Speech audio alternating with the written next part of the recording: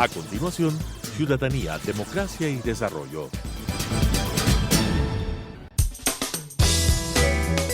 Clasificación B, bajo supervisión de un adulto.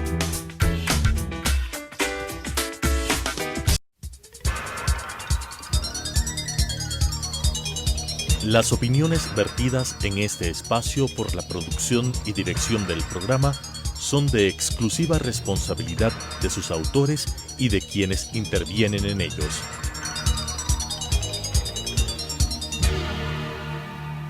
Telesucesos, Canal 29, UHF y la Unión Nacional de Periodistas presentan Ciudadanía, Democracia y Desarrollo, un espacio para explorar la acción ciudadana en relación a las políticas públicas y su impacto en la calidad de vida de los ecuatorianos. Ciudadanía, Democracia y Desarrollo. Bienvenidos y bienvenidas a este su programa Ciudadanía, Democracia y Desarrollo.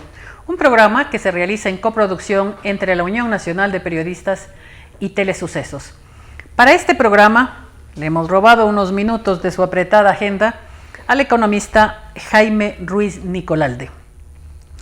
Revisaba la hoja de vida y yo decía, wow, saca tiempo para absolutamente todo. Él es economista de profesión, pero además es un empresario, es promotor de vivienda social, ex asambleísta constituyente, es un político, tiene una maestría en Ciencias Políticas y Administración Pública en la Universidad Internacional, un doctorado en Gobierno y Administración Pública, es candidato a doctor en la Universidad Complutense Menéndez Pelayo de Madrid, tiene además un diplomado en estudios avanzados. Ahora mismo él preside Concentración Deportiva de Pichincha, es promotor de la urbanización Ciudad Verde y es presidente del grupo Nexus. No les menciono todas las investigaciones, todas las publicaciones, toda la experiencia profesional que tiene. Al agradecerle al economista Jaime Ruiz, desde luego yo le quiero preguntar de todas sus funciones, de todos los trabajos que usted realiza, ¿con cuál de las actividades que usted realiza se siente más cómodo? Bienvenido. Muchísimas gracias, Mariana, gracias a la Unión Nacional de Periodistas por este diálogo. La primera pregunta, ¿con cuál me siento más cómodo? Difícil decidir, he tenido siempre tres pilares en mi vida: la vida académica, la vida empresarial y la vida política. En la vida política hubo una temporada que fue la que más aprecié y valoré. En circunstancias como estas, donde la actividad política ha sido desvalorizada socialmente, como que decir soy político resulta ser soy parte de la banda, y eso, aunque en principio la actividad política, por ser la de responsabilidad social, la que más entusiasma mi vida. Gardel dijo que 20 años no es nada, pero yo creo que mucha agua pasó bajo el puente. Usted hace 25 años fue presidente del Consejo de la Concentración Deportiva de Pichincha y a los 25 años vuelve. ¿Por qué volver? A ver, aquí debo confesar algo. He tenido en la vertiente social y política en mi vida muchos cargos de representación y he sido enemigo de la reelección, porque toda reelección para mí encierra corrupción, toda reelección encierra ventaja del uno sobre el otro, y sobre todo en democracias como la nuestra, bastante imperfectas, no muy desarrolladas, no hemos llegado nunca a una poliarquía acá. Entonces, tener una ventaja sobre quien quiere postular a un cargo de representación, actuando del mismo, significa pues una competencia desleal. Y por eso nunca acepté la reelección. Fui concejal de Quito 2 veces, pero pasando un periodo. En Concentración fui vicepresidente, presidente, y dejé la dirigencia deportiva por mucho tiempo. Y ahora he vuelto porque hace un año me vinieron a buscar algunos dirigentes del deporte por la circunstancia difícil que atraviesa el deporte ecuatoriano, producto sobre todo de un marco jurídico que en el año 2010 se impuso en este país, que estatizó buena parte de las organizaciones deportivas, violó la autonomía del deporte de las organizaciones deportivas e impuso un régimen donde cada gobierno tiene la posibilidad de tomar sus decisiones sobre entes supuestamente de naturaleza privada con finalidad social, sin que sean empleados del sector público. Los entes deportivos pues asumen ahora un direccionamiento en base al criterio discrecional del ente rector del deporte, que fue el Ministerio, hoy la Secretaría del Deporte. Y eso ha hecho que las bases del deporte ecuatoriano, la estructura piramidal que tiene, prácticamente se encuentre debilitada, sobre todo en sus escuelas de iniciación, en sus centros de formación, en ese espacio donde aparecen los grandes talentos que representan los semilleros, ¿no? Los semilleros, que representan al deporte ecuatoriano con el pasar del tiempo. Caso de Jefferson Pérez, podemos hablar de Liliana Chalá, Nancy Vallecilla, por recordar algunos, y recientes como Richard Carapaz, incluso en el fútbol como Alex Aguinaga y muchos. Todos ellos siempre partieron de un escolar, de un intercolegial, que hoy no existe ya. Desde el 2010 se acabaron los intercolegiales por disposición de la ley. Porque la ley, sin decir no se hará, prohíbe la participación dinámica de los entes fiscales y particulares. Y claro, aquí en Quito no podemos ver mucho tiempo una gran final Mejía Montalvo en voleibol, La Salle, San Pedro Pascual, americano en básquetbol, etcétera, etcétera, porque eso se ha perdido como producto de un marco jurídico impuesto de manera autoritaria y que a la larga ha sido inadecuado. Eso hace, Mariana, que yo piense, porque estuve en Montecristi, y en Montecristi los artículos 382 y 383 de la Constitución que servían al deporte son casi texto, casi diría exclusivo de Jaime Ruiz. Como asambleísta defendí, dice, la autonomía del deporte, la administración de escenarios deportivos, el derecho al deporte, que es un derecho fundamental, un derecho humano, que fueron consagrados allí, pero sirvió de mucho, como muchas otras cosas en la Constitución. No sirvió de mucho, vino una ley que violó el precepto constitucional. La ley del deporte ecuatoriano que hoy nos rige es inconstitucional en su mayoría de artículos. De eso ya vamos a hablar más adelante. El día de su posesión, en agosto del 2019, porque usted tiene su mandato hasta 2023, ¿no? Así es. Ya, usted dijo que trabajaría por el deporte estudiantil, barrial y parroquial. Mi pregunta es, ¿esa es la razón de ser de Concentración Deportiva de Pichincha o esa es parte de la política que imprime o de la impronta que imprime cada presidente que llega a Concentración Deportiva? A ver, puede ser parte del matiz que dé cada directorio, cada dirigente. Sin embargo, hay una estructura básica que nadie la puede negar, si es que estamos entendiendo que estas organizaciones deportivas tienen como misión fundamental formar al ser humano en el deporte y lograr el alto rendimiento hasta cuando el chico de sus condiciones, su talento, si llega campeón del mundo, llega campeón del mundo, pero se empieza un proceso de abajo. Ese proceso de abajo se da a través de el deporte estudiantil, el deporte territorial, barrial o parroquial, el deporte masificado. Si el deporte barrial y parroquial, el deporte estudiantil no está articulado como ahora, transversalmente a la concentración, a sus laboratorios, a sus entrenadores, a sus técnicos, a sus psicólogos, a la aplicación de las ciencias aplicadas al deporte, perdón la redundancia, pero así es, entonces el deporte está sin una lógica adecuada para su funcionamiento. Por eso dije que, y estoy trabajando en eso, que el proceso de iniciación, de masificación, empieza escuelas, colegios, ligas, barrios y parroquias que tienen su primera etapa. Luego viene una segunda etapa, cuando ya entre miles y miles de chicos aparecen 20 talentos en el básquetbol. Esos talentos son trabajados por la concentración a través de entrenadores de alto nivel que empiezan a desarrollar los fundamentos, se llaman los centros de iniciación deportiva. Es una segunda etapa, masificación, formación, y la tercera ya son las selecciones permanentes de Pichincha, cuando un chico en la categoría juvenil, prejuvenil o senior es considerado ya seleccionado de Pichincha y luego del Ecuador y representando al país. Es la tercera etapa, el tercer momento. Si no trabajamos los 3 momentos, masificación, formación y proceso, selecciones al alto rendimiento, no estamos trabajando adecuadamente en el deporte. Es decir, que ahí tampoco en el deporte debería aplicarse la dedocracia. Sin duda. Porque el Julanito, como es hijo de mi amigo y es brillante, es excepcional en esto, entonces acá le vamos a guiar. Volvió la dedocracia estos años porque al no haber procesos, los entrenadores, padres de familia, tienen la discrecionalidad cuando no hay un sistema, cuando no existe en funcionamiento una cultura institucional con rutinas, procesos, normas.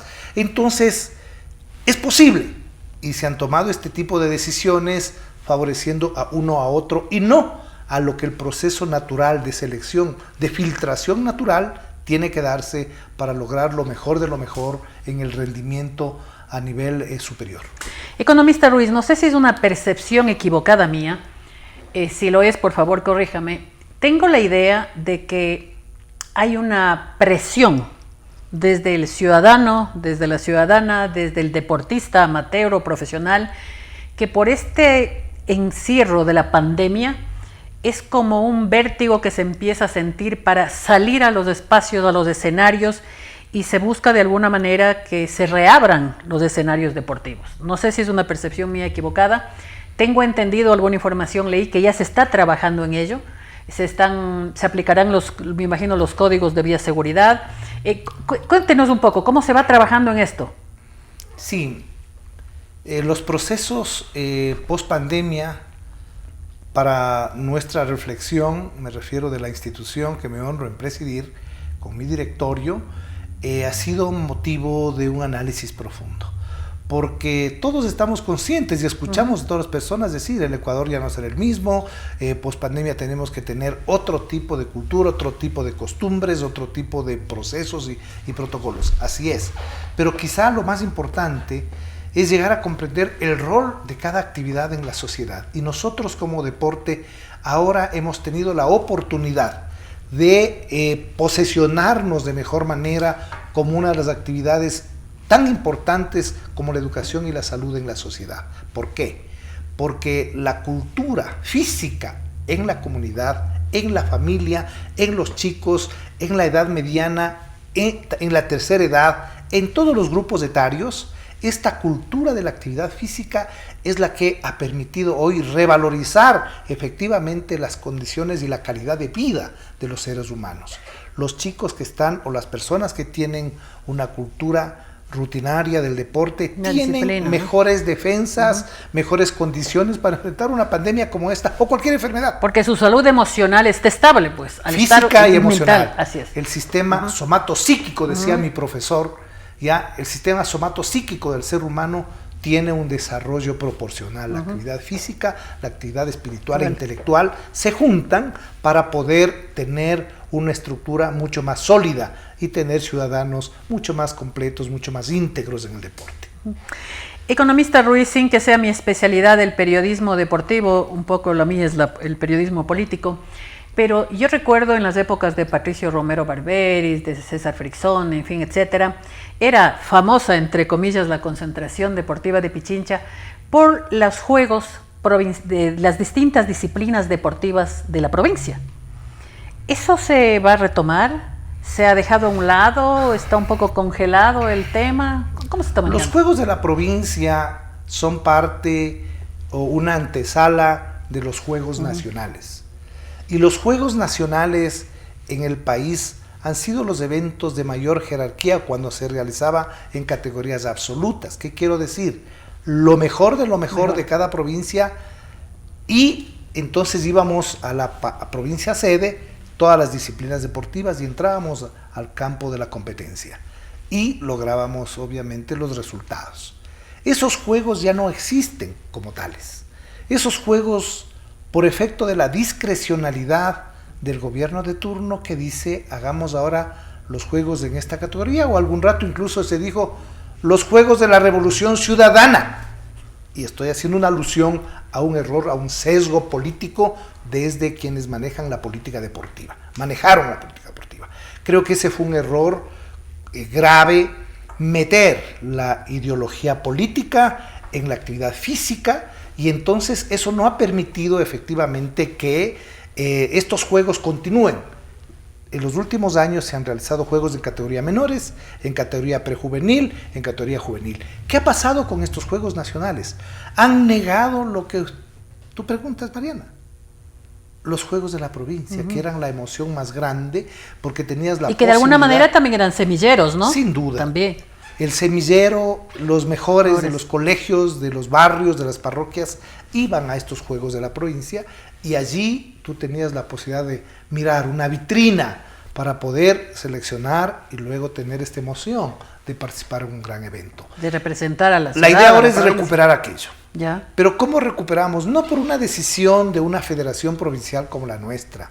Tenemos que recuperar con el cambio del marco jurídico y sobre todo el ente rector. ¿Quién dirige el deporte en el país? No puede dirigir una persona que esté especializada en el manejo del comportamiento político electoral de la población, y entonces uso la educación, uso el deporte, uso cualquier manifestación humana que me ayude a mí a ganar votos, a ganar clientela, a ganar electorado. Esa distorsión que ha destruido las sólidas bases de una democracia representativa racional, pues es lo que ha incidido también. Y creo que es de las grandes derrotas que ha tenido el sistema político, la democracia ecuatoriana, cuando hemos perdido esos elementos de sustentación de lo que significan los procesos de representación y las escuelas de democracia. No negamos que el deporte es escuela de democracia, sí es. Cuando eliges un club deportivo, cuando eliges un presidente, cuando buscas una representación, cuando la minoría tiene que aceptar las decisiones de la mayoría y ser respetuosa, cuando construyes nuevos liderazgos, incluso liderazgos adecuados, en el deporte se lo hace, al igual que en otros espacios de la actividad humana. Y eso ahora está perdido porque el voluntariado deportivo, el papá que apoya a su hijo y apoya al club, prácticamente casi ya no existe. El empresario que por vínculos familiares o amor a una disciplina le mete recursos, casi no existe. ¿Por qué? Porque el deporte se estatizó en su mayor parte. Está regulado por una discrecionalidad, por disposición de la ley, no de este gobierno, sino de la ley que se impuso en el año 2010. Por eso, esta campaña permanente, y estos días he estado en Guayaquil hoy en la mañana, reuniones con asambleístas, insistiendo que cambiar ojalá la ley, en este periodo se derogar cambie la ley o reformar la ley. No, una nueva ley. Nueva ley. Ley. ¿Y cómo va ese cabildeo? ¿Hay bastante bien, hay 3 proyectos, ¿ya? Está en manos del presidente de la Comisión de Salud, el doctor William Garzón, ya debe preparar el informe para primer debate. Lo que hemos estado tratando es de construir un consenso entre los 3 proyectos fuertes que hay. Existe un proyecto presentado por el asambleísta Sebastián Palacios, el proyecto presentado por Luis Pachala, que es el jefe de bloque de Creo, y el proyecto presentado por la Concentración Deportiva de Pichincha. Esos 3 proyectos estamos intentando logren las cosas que son comunes, ¿ya? Y llegar a acuerdos con los proponentes para que el país pueda beneficiarse de una ley para todo el deporte ecuatoriano. Estamos en eso, ojalá. ¿Le tocará ese trabajo a los nuevos asambleístas? Creo que a los que están. Hemos visto que en 90 días... ¿Tan rápido van a hacer? Es que ya está el proyecto. El proyecto viene ya un año. O sea, lo que hoy se necesita es votos. Lo que se necesita es que salga el informe a primer debate. Y si hay consenso, pues eso es rápido. Un segundo debate, que el gobierno ecuatoriano, que la Secretaría del Deporte participe para que no haya el veto, para que haya un consenso. Eso estamos intentando. No hay peor gestión que la que no se hace. Así es que en eso estamos. Muy bien. Dios quiera tengamos nueva ley para el próximo año. Qué bueno, sería una buena noticia. Ahora, ¿qué pasa con la remodelación del Estadio Olímpico Atahualpa? Que en algún momento causó revuelo, ¿no es cierto?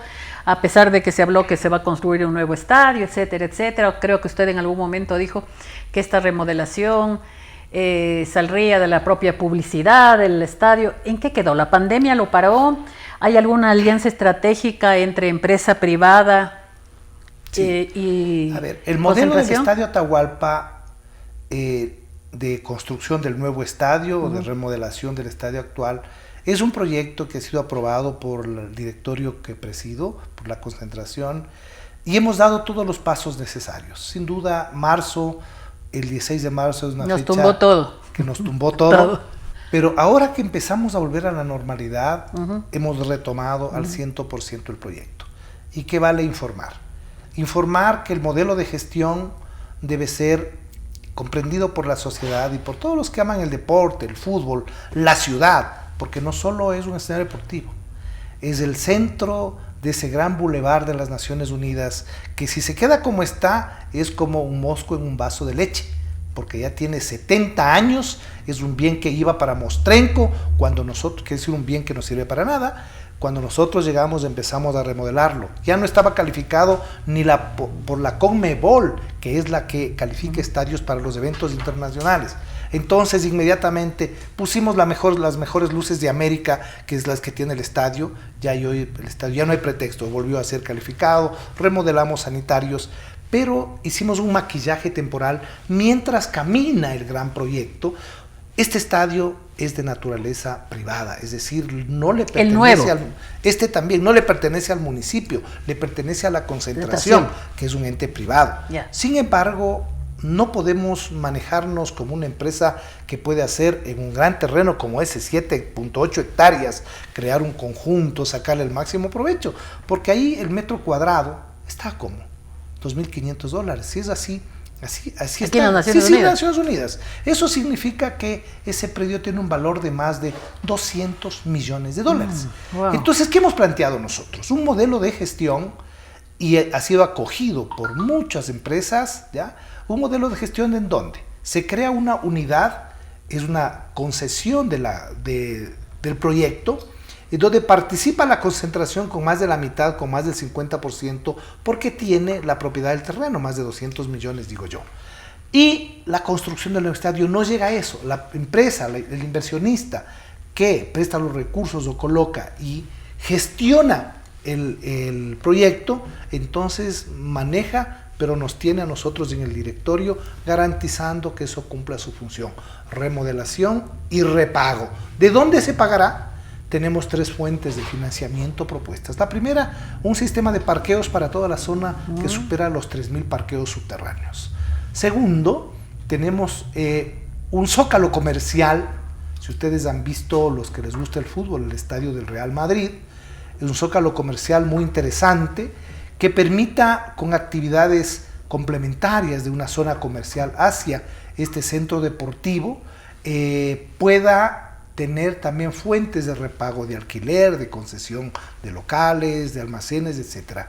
Y una tercera es una zona, hemos planteado una zona de torres en donde podamos tener el gran hotel que tenga que vincular a las actividades del fútbol, los organismos internacionales del fútbol, y también estamos pensando, como es la zona privilegiada, podrían contribuir a financiar embajadas, porque tendría una zona privilegiada. Ahí soñamos con tener el mejor patio de comidas del Ecuador, donde ojalá puedan existir restaurantes con la comida gourmet del Ecuador, la comida de Guaranda, la comida de Loja, la comida de Ibarra, ¿no es cierto?, de Manabí, pero... O sea, toda la gastronomía nacional, la gastronomía nacional, en su esplendor realmente. Con una vista espectacular a las Naciones Unidas. Entonces, el anteproyecto, en los proyectos que tenemos son maravillosos. Y claro, ahora... ¿Inversión extranjera? ¿Buscan inversión extranjera? Hay interés extranjero y nacional, debemos decirlo. Claro, sin embargo, el sueño, para que se cristalice, tiene que viabilizarse a través de cosas concretas. Claro. Lo primero es la factibilidad municipal. Y hemos encontrado cosas como estas. Por ejemplo, que no estaban cuadradas tanto el tamaño del terreno, cuanto la escritura, cuanto el registro en el municipio. Hemos conciliado ya, hemos hecho un alcance a la escritura, hemos hecho un adendo. Hoy tenemos la documentación ya inscrita en el registrador de la propiedad con todos los detalles, es decir, la base legal sobre la cual se puede implementar un proyecto constructivo. No lo conocíamos ahora, que eso pues no tenía, entonces ahora ya, y gracias al apoyo de las entidades, el municipio de Quito tiene mucha responsabilidad, porque además es el responsable del desarrollo urbano de la ciudad, y esta será una pieza urbana importante. Por tanto, con el alcalde hemos hablado en 3 ocasiones, y él ha mostrado toda su voluntad de apoyar este proyecto, y entiendo que también otro tipo de autoridades, Pero claro, aquellos que están pensando que este va a ser como el estadio del Barcelona, como el estadio del Emelec, como el estadio del Aucas, o de la Liga también, donde el Estado les dio el terreno, el Estado les dio los recursos, este no es una cosa así. Este es un estadio, un proceso que porque estamos en época en donde el Estado no tiene capacidad de gastarse 60 o 90 millones en un proyecto de esa naturaleza, pero pensamos que hay capacidad de gestión, de operación, y esto se paga solo, y quien gana es la ciudadanía. Ahí tendremos el gran museo del deporte, mantendremos el eje histórico de este escenario, y creo que vale la pena empujar un proyecto de esta naturaleza. ¿Será una de sus mayores satisfacciones personales frente a la presidencia de Concentración? Así como hace 26 años recibí las llaves del doctor Rodrigo Borja del Coliseo Rumiñahui, que lo gestionamos en esos directorios desde el año, obviamente tendríamos allí 92, 96, se lo logró el Coliseo Rumiñahui. Quito no tenía un coliseo, lo logramos con todo ese equipo dirigencial. Hoy aspiramos con este equipo dirigencial remodelar este estadio, porque además va a generar un financiamiento para la Concentración Deportiva de Pichincha, porque hoy por hoy, al menos que no hay fútbol, el estadio genera más gastos que ingresos. Muchísimas gracias, le decimos al señor economista Jaime Ruiz Nicolalde, presidente de Concentración Deportiva de Pichincha, es portador, como ustedes acaban de escuchar, de muy buenas noticias. A ustedes, amigos y amigas, les esperamos, por supuesto, la próxima semana. Las opiniones vertidas en este espacio por la producción y dirección del programa son de exclusiva responsabilidad de sus autores y de quienes intervienen en ellos.